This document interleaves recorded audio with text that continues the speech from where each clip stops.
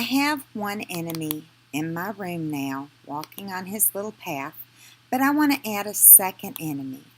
Now, I can't use this same object because this object is going on the forest monster path. So if I were to place another one of these monsters in, he's not going to be going on the same path. He's going to go on the same path as this monster down here. He's not going to go where I want him.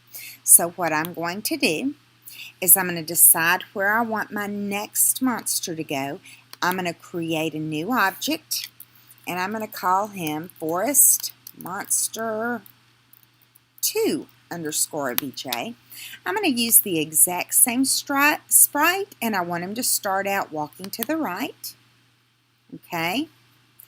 And if you remember, in our first forest monster, we have a create event where we set a path. So I don't have a path for my forest monster 2 yet. So I'm just going to click OK. And I'm going to leave that object there. And I decided that I want him walking back and forth on this platform. So if I move all the way to the right here, I'm at 96 and 320. My X value is 96. My Y value is 320. So I'm going to write that down. And then I'm going to want him to walk to here and turn around. So that's 288, 320. So I'm going to write that down, 288, 320. Okay, so I'm going to create a path. My first point was 96, 320. 96 and 320. My second point was 288, 320.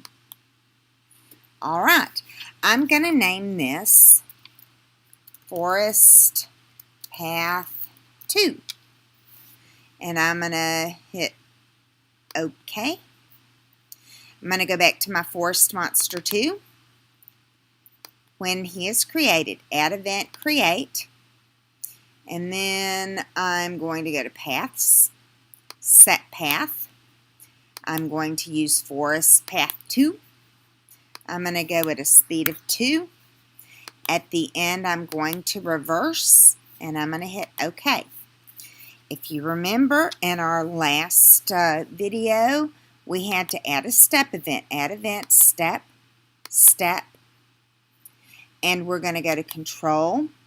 We're going to test variable. If our variable direction is less than 100, which means he's roughly moving to the right, smaller than 100, okay. Then main one, sprite, we're going to use the right-facing forest monster sprite, okay. Go back to Control, or else go back to main one, sprite. We're going to use the left-facing monster sprite.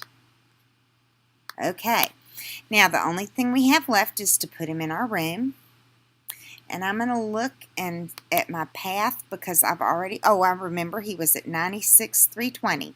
So let's go back to my room. I'm making sure that I'm going to put in Forest Monster 2, not Forest Monster 1.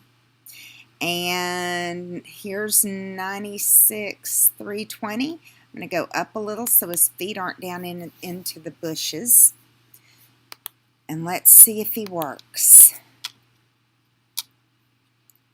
Again, our game's getting bigger, taking longer to load. It'll be pretty soon. It'll be too big for us to save on these mechs, and we'll have to do something else. He works. Let's see if he turns around the other end. He does. So now I have 2 moving monsters in my game.